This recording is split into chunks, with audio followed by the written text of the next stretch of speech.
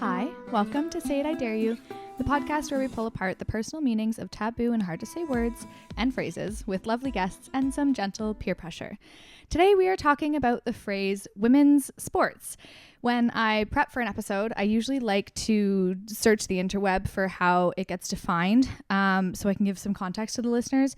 However, this time around, it's simply listed traditionally feminine sports like gymnastics and tumbling and dance, and I just feel like that paints a really inaccurate picture of women's sports.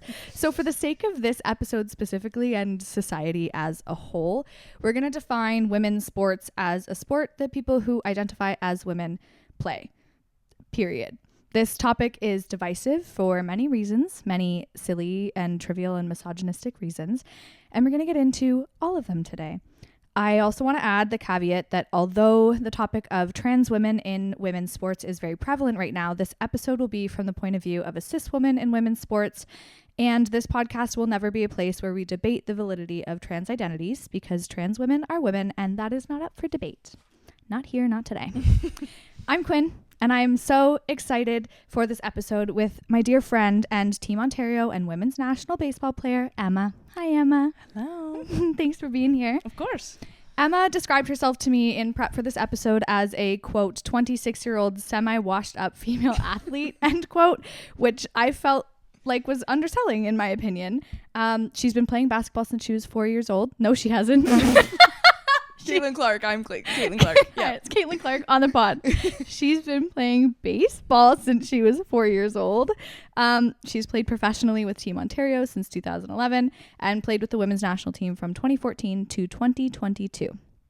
Emma, I'm excited about this episode because I think that the conversation about women's sports is too saturated with men's opinions, and I'm ready to hear yours. Mm-hmm. So let's start with the usual. Tell me a little bit more about why you relate to today's episode topic and why you think it's important for people to talk about.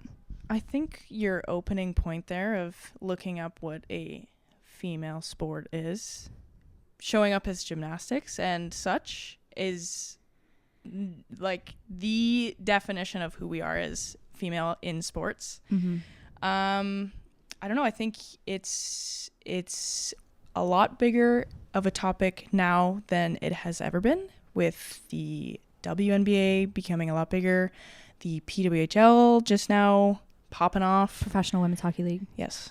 But yeah, I've been advocating for myself and my peers for who knows how long, and I think it's time for others, including men, yes, to advocate for us. Yes, I was so excited to ask you if you've seen this TikTok, because there's no way you haven't, where it's this woman in a relationship with a man who starts calling the NBA the MNBA, like men's, and then WNBA, because she's like, well, if it's WNBA then it's obviously MNBA. He's like, well, no, it's not, it's just NBA. Mm-hmm. It's for comedic relief, but when you really strip it back, why is it WNBA? Why is it not just the NBA? Yeah, you know. And PWHL, Professional Women's Hockey League. Yeah. But great, they just question. Get NHL. Men, yeah. The word men is not in it. Nope. Interesting. We'll get there. So you grew up playing baseball, not basketball, at a very young age. Did you ever feel isolated because other young girls were kind of socialized to be playing those more feminine sports and you weren't doing that? Yes and no. Yes, in the sense that obviously for a long period of time, I was the only female on a boys baseball team. Mm-hmm. So that kind of opened my eyes to begin with. But I don't think there were, in my young years, a lot of girls around me that were playing a lot of sports, which was kind of, in a sense for me, like, oh, like I'm the one making the path here, I guess. But it was tough. It was tough until I was on Team Ontario with the girls, to sort of have that feeling that I was kind of, I don't know, different, I guess you could say. But yeah, younger years, I didn't feel it as much. Did you were you ever interested in doing girly sports? I hate saying it. There were air quotes there. Please know that. Yeah. Yes and no. I want to say no, though. I did gymnastics when I was maybe 4 for 1 year. She went pro. Yep. Screw that, I said. No, thank you. Because I just like baseball. Yeah. That's it, period. Yeah, it wasn't for you. So obviously you didn't really have the influence of other young girls around you playing sports. But also I feel like growing up, we didn't have women's sports televised or marketed or really shown as a career. It wasn't in mainstream media influence. Do you feel like that's affected your confidence in building a sports career? Like, as a child, did you dream of being a professional athlete, or were you like, this is only for fun? I think everyone as a child says, I want to be pro this, pro that, whatever sport you're playing, you're saying you want to go pro in it. Yeah. So childlike ambition. Exactly. I'd go for it now. Exactly. Yeah. So obviously those thoughts were there when I was 4, 5, 6, but growing up as a female athlete, you sort of hit this spot where you know that you're going to get to a point, and that's the point that you're going to get to. Mm. When you were growing up, would you say that point's different than what it is now? 100%. Like, you think younger women now have like a little bit more of a shining light to look to? 100%. Yeah, I would agree. Tough, obviously, in the baseball world. New announcements that have come out that maybe there's going to be a professional women's baseball league. Ooh. Don't know about that. Don't know the details. Don't know anything other than a social media post. But girls in hockey, girls in baseball. Basketball. That one. See? I'm not We switched. They definitely, I mean, if I was a young girl in hockey right now, I would be floored. Yeah.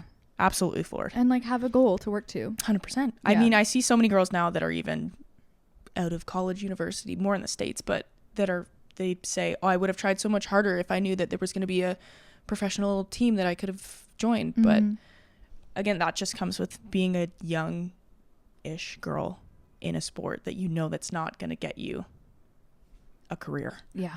Which is such a different experience for young boys who have any sport they could make into a career. Uh-huh. Who are your women's sports idols and why? The classic, I could say, I think a lot of girls have this answer, but Serena Williams is a big one because she takes no shit. She really takes no shit. She gets a lot of the classic. I will use that a lot. But the classic, you are too muscular to be a female and you're this, you're that. But how many championships has she won? How many trophies does she have on her shelves? Like, she's a badass bitch. Yeah. Yeah. I love that you kind of whispered it. She's a bad bitch. She's a bad bitch. She is a bad bitch. It's the right type of person to look up to, I think. Because it's not just that she's good at her sport. It sucks that women have to have a different strength, which is standing up against the fucking patriarchy and standing up for themselves. And that has to be a skill that you have as a woman to succeed. But it's good to see that she's doing it anyway. Yes. Also the fact that, like, we have the one up because we get to have a kid and then come back to the sport and everyone's like, oh my gosh. But yeah, she had a kid and came right back into the sport and like didn't miss a beat. Well, and I worry that the oh my gosh comes from other women that are like, I literally couldn't go for a walk on my period the other day and you just birthed a baby and you're back here playing tennis, and then men are like, you left your baby home alone? Yeah. Home with a babysitter? Yeah. And like there's shame to mothers going back to work. Because their husbands have to babysit the child. Yuck. That's a whole other episode. Yeah, I'm so glad that you named somebody that I know because I'm not a sports girly. Yes. So thank you. When we were prepping for this episode, I'm so excited for this question unnecessarily. You described to me that being a woman who plays baseball is a similar feeling to being a woman who works in the trades, which you are. That makes perfect sense to me. It's giving like Thursday is brown. You know what I mean? Yes. But I want you to explain it, how and why you equate the two. Tuesday's green, right? Okay. I recently joined the trades world, which is great. I love it. But yeah, I think the walking into Home Depot to buy material for whatever reason it may be and getting the... Do you need help with anything? Are you okay? I know what I'm doing. Yeah. And even if I don't know what I'm doing, don't just assume that I don't know what I'm doing, which is in the same sense of being a girl that plays baseball. I mean, even when I was finishing out my years playing on a boys baseball team, it's like, oh, there's a girl on the team. Oh, there's a girl on the team. Like, move in. She's hitting now. She's not going to hit it as far because she's a girl. It's like the same sort of vibes that I felt when I was a younger girl playing baseball is what I feel now as a woman in trade. Yeah. Like assumed incompetence in a male dominated field. Correct. It's the same. Yep. And infuriating. Uh-huh. Mm-hmm. Yep. Do you find, having now played in like all women's leagues, you still experience that from, I mean, even in an all women's league, I know that there are still like male influences, your coaches, people, refs, whatever. Umpires. Yeah. I was talking about a different sport, Emma. Obviously. Do you still feel that kind of lack of certainty that people know what you're doing, or do you think because you play professionally with other women that dissipates? We play on, so year round we play on a development team that plays in a boys loop. Okay. So we're playing lovely under 18-year-old boys who are just the joy of this earth. I have so many questions. Yes. Me. Your team of women. Correct. Who are not under 18. No. Some are. But some aren't. Some aren't. And playing professionally, play against under 18-year-old boys? Because there's no opportunity for women. We are the only women's team in the league because that's what there is. So we have to make do. And other than when we go to nationals and play other provinces, right, who are other teams of women, we need to play games during the year. I'm actually flabbergasted right now.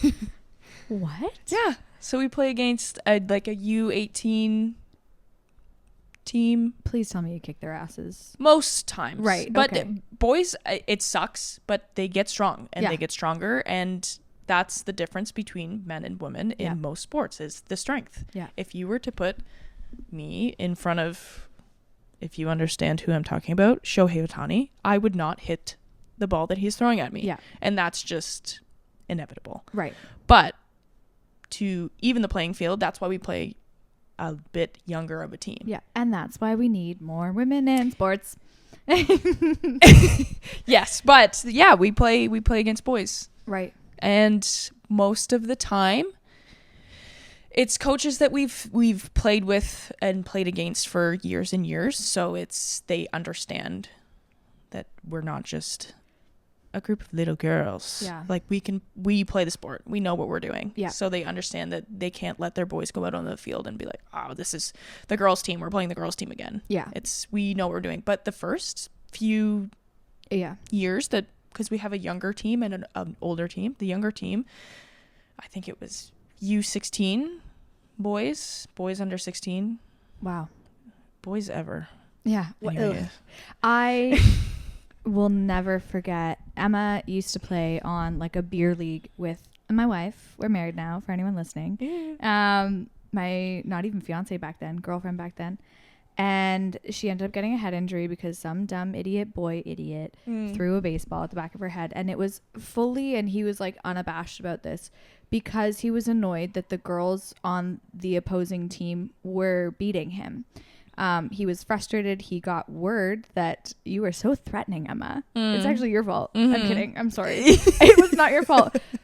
But he got word that there were Team Ontario players on our beer league team, and he was angry about it, and he made a really stupid call for the sake of anger, and it seriously hurt my wife. I'll hold a grudge forever. But it's a story that kind of tells the bigger story of like people who don't think that that's possible, that a girl can beat them at a sport. I would hate to be in your shoes. But also on the flip side of that, it's so fun. So satisfying. It's so great to get up there and know that someone was talking shit or had whatever about how good you are. But thinking that maybe she isn't that good. Maybe because I'm big, strong man, I'm going to be so much better. And then the class softball is playing beer league is a joke. Yes. Sorry. It's a joke. Yes. It's for fun. It's for funsies. It's for fun, as he should have known. Yes. Anyways, besides the point. Every time a girl comes up, everybody moves in. Because, as I said, girls can't hit that far. So everybody would move in. And it's so satisfying to go up there and just crank it over their head. Yes. It's great. Oh, I do love that for you. For anyone curious, I got my revenge by later on in the season. Bridget had been pulled. She wasn't playing anymore, but we went to go watch Emma. Same guy, same team, Bluetooth speaker. I just kept taking it over and changing the song, and he was getting really angry. I watched him throw it on the ground, and it was like, that's the kind of karma that I want in the world. Like, harmless, you know, he's still capable to live a happy life, but I ruined his day. And I'm thrilled about it. Okay. We're going to pivot from my resentment. I forgot about that. It's great. I'll never forget about it. So PWHL, it's already been mentioned, Professional Women's Hockey League. I personally, we have seasons tickets for Toronto. I think you have seasons tickets for Ottawa. Mm-hmm. They recently announced that 6 women on each team will be signed to contracts of at least 80,000 Canadian dollars per year, which is not considered a living wage in Toronto. Comparing that to the the very first entry-level salary of $750,000 per year of an NHL player, meaning that there will be 6 women making a combined amount that is less than just one male entry-level player will earn. As someone with tickets to the season, this was both upsetting and unsurprising. I know that there are nuances to this. This is a bigger conversation about revenue generation and space and even, you know, televised sports, whether or not it's televised. Business comes into play. However, I want to dig into it with you. And I want to know what your opinions are on this pay gap and how you've kind of seen it affect you in your own profession or your peers who are searching for these careers. I know you got a lot to say about this. Being a woman who plays a sport is hard. That is end all be all. It is hard. It's hard to have dreams and goals and aspirations when you are a woman playing a sport. There are countless times that I and my peers have said to ourselves, wow, if I were a man, I would be at this point. If I were a man playing baseball, would I don't know. Would I be in the MLB? I don't know. Maybe I would be better. Maybe I'd be worse. I don't know. But there's always the thought of, if I were a man playing and doing the same thing that I am doing, I would be getting paid millions of dollars to do it. Yeah. But I'm not. I'm a woman. And I have to watch all these other women who are so good at what they do the same thing at a different level. I understand it's a different level. I understand that men's and women's sports are different because they're played at a different level, but they're played to how we adapt to them. Yes. We don't hit home runs, but we play small ball. Yeah. Which is base to base. We make do. You hear these stories about, like, when the women first started playing these sports, and especially the PWHL, like, oh, there's this person's still a doctor, still this person, still this. They still have their career outside of this because they cannot afford to do just one. Yeah. Well, and it's this cyclical. I've been part of the conversations about this where the opposing side, usually a man, is like, well, but nobody watches women's sports. That's my favorite line. Well, if more women got paid to play women's sports, more women could play women's sports, in which case more women's sports would be capable of being televised and sponsored and monetized. And it's this cycle that I believe personally starts with salary. Starts with the fact that women can't leave their full-time jobs and go become professionals in a sport because they can't get paid well enough. And then people want to talk about, oh, they can't sell at arenas. Have you been following the PWHL? It was very hard to get those seasons passes and very expensive, and people are filling those arenas. And it gives me some semblance of hope that it's going in the right direction, and that maybe, like, our kids, if we have girls who want to play sports, they'll have something to look up to. But I think a lot of people miss that part of the conversation. It's all about how do we make business? How do we monetize these large sporting events? That's what sports is. It's a business. But you pay people to do it. You don't build a fucking startup with $0 salary employees. Yeah. Yeah. I mean, I don't know what the stats are for what people were getting paid when the NBA first started or the NHL first started. And I know different time, things were different then, costs, whatever, different. But it has to start somewhere. It has to start somewhere. And it has started somewhere. Yeah. And you still have these people that have these men that, well, nobody's going to watch it. I mean, prime example, PWHL is one great example because Toronto, especially, they were in the Mattamy Athletic Center where I don't know what the seating was like. I don't know. Very small. I don't know what the number was, but people couldn't get tickets and every game was selling out because so many people wanted to come watch. Yeah. And then now they're moved to a bigger arena this year. Yeah. And I don't know what the numbers are here. I mostly focus on Ottawa, but I know that it's still hard to get tickets. Yeah. Same with Ottawa. It was hard to get tickets here. We're at Coca-Cola Coliseum this year. I don't know the seat count, but it wasn't easy. And even now, like, we have our seasons passes and we're trying to like get friends to come with us one night. Tickets are $200 a pop and we're in the nosebleeds. Like, we don't have great seats, but we're showing up because to hell you're going to tell me people don't want to watch women's sports. I don't even really like sports, but I'm going. Women. I mean, that's the gay of it all. I'm here to support the girls, and not for the sport reason. Another example, WNBA. Yeah. Caitlin Clark, we were talking about her.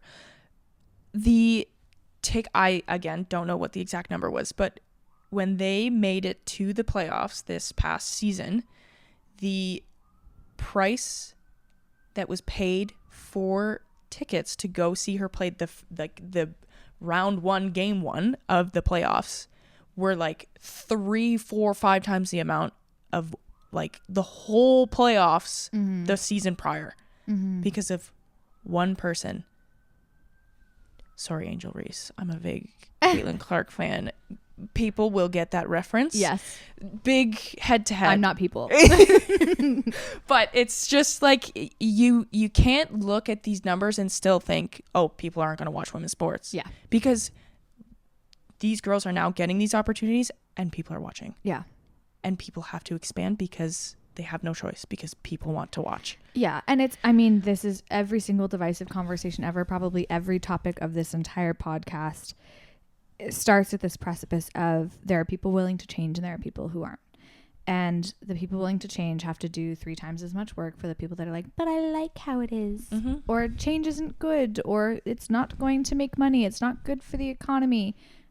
Whatever. It will prove you wrong. Bye. We'll figure it out. Okay. I want to know, I know you've had this conversation 100 times. What is the wildest or funniest conversation or story that you have surrounding this conversation? I've had a lot, probably personally, but I think my brain has just decided to filter them out.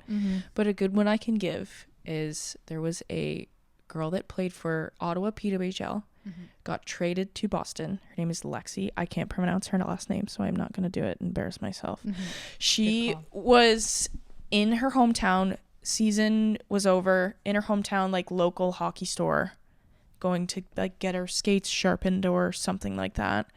And then some guy bumped into her and started conversation in hopes of something.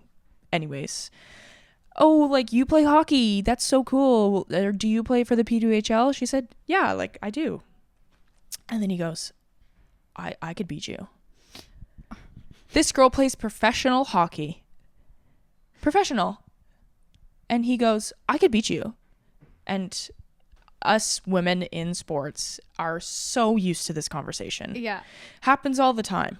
But sometimes it's more than other. And she said this guy went on to explain how he hasn't played since like 16U Pee-wee, but here's his highlights and watch this video of what I used to do, and was determined to say that he was better than her, even though she is playing professional hockey. Plays every day. Okay, bitch, get on the ice then. Yeah. Let's go. Yeah. I would love to. Put all of them in a room that think that they're better than everybody else and go. Well, here's my take on that is even if you are, shut up. Yeah. What? Who cares? People don't come up to, when I say I have a podcast, they go, I could probably do that and make it better. Like, that's fucked up. You probably could, but like, yeah. you're not. Yeah. But you're not. Yeah. She is, you're not. Yep. You know? Also, what does that do for you internally? The showing of the video is giving dad. It's, you know what I mean? Look what I can do. I didn't ask you. Again. Oh, this poor woman. Yeah. Interesting. But that's just the reality of being a woman in sport is there's always a man, a man that is going to think that they can do what you can do better. Yeah. And I think the conversation gets muddy when men think that women are going, no man can ever beat me ever. Shut up. That's not what I'm saying. No. But like, that's not, this is a professional and they need to be treated as such. Yeah. You know what I mean? Like, I think a lot of the conversation revolves around like strength and money and business. And it's not about that. And it's about the fact that these are athletes. You don't tell an Olympian you could do better than them. Yeah. You think, damn, good for you. Yeah. That's what I think. Maybe it's because I'm an athlete. I don't know. No, I'm very much not an athlete. And I look at Olympians and go, wow, couldn't be me. Yeah. You're incredible. Yeah. Yeah. There's a lot of talk that we, as women, but also as female baseball players, because we don't get a lot of talk around us. Yeah. That's for sure. But when people ask or say, oh, you can't be in the MLB, there's no way you can't go up against a man. I don't want to go up against a man. Yeah. I just want my own opportunity. Yeah. Because you have your opportunity and it's there. And if you put in the work, you have the opportunity to do it. I've put in the work. I played for the national team and that was it. You play for some of the highest caliber women's baseball teams in Canada and get paid $0. Correct. $0. I have to pay to do it, actually. Shut up. Well, Team Ontario, yes. Team Canada, you get things given to you and you don't have to pay to get there and get home. Yeah. But you don't get a salary. No. And I could dive into that too, where us as the women's team got swag that was half the amount as what the other national teams would get. Like, it only took us how many years of fighting for us to ask for like a glove or like more than one t-shirt in our swag bag. But the junior national team got the same thing every year. Cleats, shoes, glove, multiple t-shirts, sweaters, everything. But I'm just glad that I don't have to pay for the flight to get there. Yeah, no, fuck that shit. I have to pay to play women's, like, Team Ontario. That's crazy. Yeah. That's crazy. I like the way that you put it is I'm not looking to enter your circle. I want a circle of my own. I want the opportunity for myself. Yeah. Yeah. So why do you think that women's sports as a conversation is so divisive to talk about? Like, we've been going back and forth a lot about, like, men will typically say this and women have to stand up for themselves. But, like, from a more societal perspective, like, why is it a hard conversation? I could say it as easy as men just don't like women. Isn't that just odd? I just think that a lot of men don't like women. We are always behind in everything. We didn't get to vote. We didn't get to have bank accounts. Leave the kitchen. So why would we be allowed to do our own thing and play our own sports and do that? Like, that's a man's job. That's for men. I think about it sometimes and it's kind of funny. I think it's kind of gay. You as a man want to watch a bunch of men run around and tackle each other's sweaty bodies out. That's gay. Yes. You're gay. You're gay. Yeah. Men are, this is such a different conversation because Emma and I were joking about how, like, is this episode going to turn into, Emma's also gay because we only do gay things on this podcast. Are we going to just turn it into how all women baseball players are gay? Not all, but a good chunk of them. So it's funny you bring that up because men looking up to, admiring. idolizing, watching, following, supporting other men. Love to see it. A little fruity. Don't you want to watch a woman run around get all sweaty? I mean, I do. personally, I'm a little biased, but yeah. Yeah. But I just, going back to your original question, I just think that men don't want to see women Succeed. Yeah. Yeah. It's ingrained misogyny in so many ways, and so many bigger conversations of what you're bringing up, even like voting and finances and just the history of what women have had access to. It's not surprising that we don't have access to these things, except sometimes it's still kind of shocking that it's taking so long. Like, what is stopping us? There are plenty of people who want to do it. Ouch. If you think too hard, Ow. yeah, start to disassociate. Anyway, do you feel hopeful about the future of women's sports? 100%. I think that not being optimistic about it is just sitting in the train station watching the train go by. Get on the train. Buy because tickets. It's moving. Yeah. Whether you like it or not. Whether you like to watch women play sports or not. We're playing them. Yeah. And starting to get paid minimal salaries for it. But one step at a time, baby. It's a step. It's a huge step. It's a very small step, but it is also a huge step. Yeah. It's something we didn't have before. Yeah. And to think that that's happened in the span of your lifetime. Like I said earlier, like if we have children, like hopefully those kids grow up where their entire reality is women vote, women have bank accounts, and women play sports. Like that's the next move. Bank accounts. Fuck yeah. Yeah. I always said, I think when I was younger, I said maybe not in my lifetime, but I would like to see it. And I think we're definitely heading in that direction. Yeah. Because we're seeing it. We're watching women play hockey. Yeah. We're paying and watching them, and they're getting paid to do it. Yeah. Women basketball, getting paid to do it. Thank God. We're getting there. One step at a time. Yep. Okay. You and I could go on about this for probably hours, and we probably will when the mics turn off, but we're going to wrap up there. Thank you so much for this conversation. I love the little balance of like, the world sucks and men are dumb, and also like, haha, gay sports. Yes. Perfect conversation. Emma, where can people find you on the interweb? Instagram. I have a lot of female baseball content on Instagram, so find me there. Yeah. ECCARR 20 2 C's 2 R's 20. Get it right. It'll also be in the description, so you don't have to get it right. Please go and give Emma a follow. You can also follow us at Say It I Dare You Pod on TikTok and Instagram. But also please download and subscribe. Spotify, Apple. These go up on YouTube if you want to watch the fuckery. And leave reviews if you have the chance to. It really does help us. Thank you so much, Emma, for being here. Of course. Thank you guys for listening, and we'll see you again next week.